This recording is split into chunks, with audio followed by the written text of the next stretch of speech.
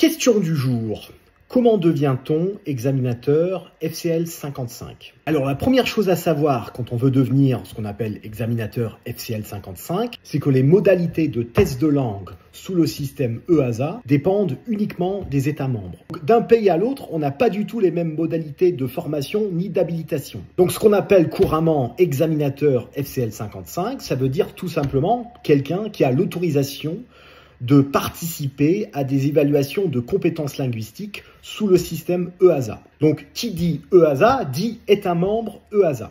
Donc, le premier prérequis, c'est d'obtenir une autorisation d'un pays membre de l'EASA, peu importe lequel. Certains pays autorisent les examinateurs directement, en leur propre nom, comme c'est le cas de la Suède, par exemple. Mais la plupart des pays européens autorisent ce qu'on appelle des organismes d'évaluation, qui, eux, à leur tour, forment et habilitent des examinateurs. Pour donner un cas concret, je peux parler de Lingairo. Lingairo est un organisme d'évaluation linguistique autorisé par les autorités maltaises. Qu'est-ce que ça veut dire? Ça veut dire que Lingairo, en tant qu'organisme, a déposé un programme d'examen avec un manuel opérationnel qui a été approuvé par Transport Malta, donc l'aviation civile maltaise. Et dans ce manuel opérationnel, on retrouve toutes les conditions d'examen et de formation et de recrutement des examinateurs. Quasiment tous les organismes qu'on retrouve sur le marché aujourd'hui fonctionnent sous un système similaire, mais sont habilités par différents pays. Même chose en France, la DGAC conduit des examens en interne, mais habilite aussi des sociétés privées à conduire des évaluations d'anglais. Donc par exemple, Air France, aux yeux de la DGAC, en plus d'être une compagnie aérienne, est un organisme d'évaluation linguistique, qu'on appelle le LPO d'Air France. Alors, quelles sont les conditions pour devenir examinateur? Encore une fois, s'agissant d'un système européen, ce sont les États membres qui en décident. Donc, d'un pays à l'autre, d'un organisme à l'autre, on va retrouver des exigences légèrement différentes les unes des autres. Ensuite, on a des exigences spécifiques à l'aéronautique, et spécifique à ses qualifications linguistiques. Mais ça, on va en parler un petit peu plus tard. Mais pour commencer, et ça paraît évident, mais pour être examinateur d'anglais, il faut avoir un bon niveau d'anglais. Et quand je dis un bon niveau d'anglais, je ne veux pas dire forcément être natif, parce que le fait d'être natif, de posséder un passeport d'un pays anglophone, ce n'est en rien une marque de qualité. Par contre, le niveau d'anglais doit être suffisamment bon pour que le candidat qui est en train de passer son examen ne puisse pas remettre en question les capacités linguistiques de l'examinateur. C'est-à-dire que quand on a soi-même un niveau d'anglais qui est déjà un peu limite, il est très compliqué de dire à quelqu'un d'autre que son niveau d'anglais n'est pas bon. Donc niveau crédibilité, il faut avoir un très bon niveau d'anglais. Je dirais minimum niveau C2 à l'échelle européenne. Et bien entendu, niveau aéronautique, moi je dirais qu'il est essentiel d'avoir un niveau 6. Après, ce n'est que mon avis, et je précise que dans certains organismes, il est parfaitement possible d'être examinateur avec un simple niveau 5. C'est notamment le cas à la DGAC, où la plupart des examinateurs qui conduisent le test en interne à la DGAC n'ont eux que le niveau 5. C'est d'ailleurs la raison pour laquelle, quand on veut obtenir un niveau 6 en passant le test de la DGAC, il faut faire une demande spécifique. Parce que la plupart des examinateurs n'ont pas, eux, le niveau 6. Et on ne peut pas évaluer un niveau qui est supérieur au sien. Et après, qu'on soit pilote ou non, il convient d'avoir quand même un certain bagage aéronautique, puisque pendant un test d'anglais aéronautique, on va forcément discuter de sujets aéronautiques. Ça paraît évident, mais je préfère le préciser quand même. Donc, je parle pas d'être pilote de ligne ou d'être contrôleur, mais même un prof d'anglais général souhaitant se lancer dans l'aéronautique a tout intérêt à se familiariser avec les sujets aéronautiques. Bon, maintenant, on va passer un petit peu aux prérequis pour devenir examinateur au sein d'un organisme. Donc, mis à part la Suède, dont j'ai parlé tout à l'heure, qui habilite les examinateurs individuels en leur propre nom, la plupart des organismes d'évaluation approuvés par les États membres européens fonctionnent avec un système de binôme. Et qu'est-ce que j'entends par binôme? C'est-à-dire que chaque test est conduit par deux personnes. Il va y avoir ce qu'on appelle un examinateur opérationnel, qui a lui un bagage aéronautique, et un examinateur linguistique, qui a lui un bagage linguistique. Après, il est question de comment est-ce qu'on justifie de ces compétences linguistiques ou opérationnelles. Et ça, encore une fois, ça varie d'un organisme à l'autre. Et c'est même inscrit dans le manuel opérationnel de l'organisme en question. Donc, je donne l'exemple de Lingairo.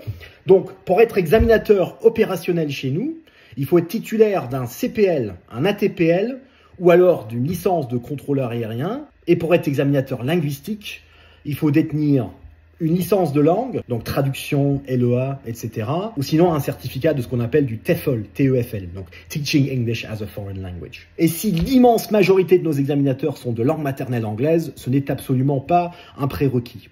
Donc voilà pour Linguairo comment on fonctionne. Ensuite, pour ce qui est de la formation, encore une fois, quand on rejoint un organisme d'évaluation linguistique, pour être habilité sous l'agrément de cet organisme-là, on doit suivre un cursus de formation qui est défini dans le manuel opérationnel de l'organisme. D'un pays à l'autre, on ne retrouve pas du tout les mêmes modalités. Pour ce qui est de Linguairo, il faut faire 40 heures de formation, et ça ne veut pas dire 40 heures passées dans une salle de classe, ça veut dire 40 heures totales. Et chez Linguairo, dans ces 40 heures, on va faire des séminaires avec un formateur spécialisé. Dans notre cas, notre spécialiste linguistique s'appelle James Minet, vous l'avez peut-être déjà vu sur nos vidéos. C'est le responsable du département des langues à l'université de Southampton en Angleterre. Il est aussi titulaire d'un doctorat de linguistique. Donc avec James, on va faire 3-4 séminaires sur les bases de l'évaluation linguistique. Ensuite, on va faire ce qu'on appelle the rated samples, c'est-à-dire qu'on va vous donner des échantillons de discours et on va vous demander d'appliquer la grille OACI à ces échantillons. Et quand je dis appliquer la grille OACI, encore une fois, il est question d'interprétation. J'en ai déjà parlé dans d'autres vidéos par le passé, mais d'un organisme à l'autre, on ne retrouve pas du tout la même interprétation. Il y a certains organismes qui sont laxistes au point de faire n'importe quoi, et après il y a d'autres organismes qui sont incroyablement zélés. Nous, ce qu'on essaye de faire à Linguairo, c'est d'avoir une interprétation qui soit quelque part entre les deux, c'est-à-dire ni trop strict, ni trop laxiste. Mais ce qui est très important, et je martèle vraiment ce point, c'est qu'on ne peut standardiser qu'au sein d'un seul organisme, qu'au sein d'une communauté d'examinateurs. C'est-à-dire que moi, je ne peux pas contrôler ce que fait mon voisin ou ce que fait mon concurrent, mais en tout cas, je peux faire en sorte que tous mes examinateurs, peu importe la combinaison, produisent plus ou moins le même résultat pour un candidat donné. Donc, en plus des échantillons, en plus des séminaires, une bonne partie de la formation va être consacrée à ce qu'on appelle la standardisation. Est-ce que tout le monde applique la même interprétation des critères, l'interprétation qui est la nôtre, qui n'appartient à personne d'autre, ou est-ce qu'on a peut-être un examinateur qui serait devenu trop strict, ou est-ce qu'on aurait un examinateur qui serait devenu trop laxiste? Le travail de formation et de standardisation vise principalement ces questions-là. Après, il va y avoir des séminaires sur la conduite de l'examen, comment recevoir le client, comment faire l'examen selon notre format d'examen, comment utiliser les différents outils de visioconférence qu'on utilise, comment poser des questions à un candidat selon son niveau d'anglais, c'est-à-dire que quelqu'un qui a tout juste un niveau 4 va être complètement perdu si on lui pose des questions excessivement complexes. Et de la même manière, quelqu'un qui vise un niveau 6 ne pourra jamais démontrer ce niveau-là si on ne lui pose pas justement des questions un petit peu plus complexes. Donc une fois la formation initiale faite, on va faire de l'observation de tests. Donc on va observer une dizaine, peut-être une quinzaine d'examens en live pour voir comment fonctionnent les examinateurs déjà habilités. Et une fois qu'on a fait ça, on va conduire encore une dizaine d'examens sous supervision. Donc il va y avoir un examinateur très expérimenté qui va travailler en parallèle avec le candidat jusqu'à ce que le candidat soit à l'aise pour conduire les examens tout seul. Depuis que Linguairo existe, on a toujours mis vraiment l'accent sur la formation des examinateurs et la standardisation de leur façon de noter les tests. Parce que ce qu'on ne veut pas, c'est des examinateurs qui disent « Ah oui, c'est un niveau 4 ». Ça, malheureusement, des organismes comme ça, j'en ai connu par le passé. Et même si quelqu'un qui fait comme ça peut paraître sympathique, peut paraître pragmatique, le problème, c'est qu'un autre examinateur dans le même organisme, s'il n'est pas formé à faire l'examen de la même manière, peut parfaitement appliquer une interprétation vraiment super stricte, ce qui peut endommager la réputation de l'organisme plus qu'autre chose. Une fois qu'on est en poste, c'est pas terminé. Après, il faut faire une standardisation régulière, périodique, qui consiste encore une fois, en tout cas chez nous, à noter des échantillons de discours. Et ensuite, une fois qu'on a noté ces échantillons, on a rendez-vous encore une fois avec James Minet qui nous explique ce qu'il pense de notre notation. Est-ce qu'on est plus strict que les autres? Est-ce qu'on est plus généreux que les autres? L'idée étant, encore une fois, de garder une interprétation uniforme des critères de l'OACI. Voilà donc, pour résumer, si on veut devenir examinateur, la première chose à faire, c'est trouver un organisme pour qui bosser. Il suffit de faire une recherche sur Google et d'envoyer son CV. Ensuite, l'organisme va définir, comme j'ai dit, des conditions pour devenir examinateur.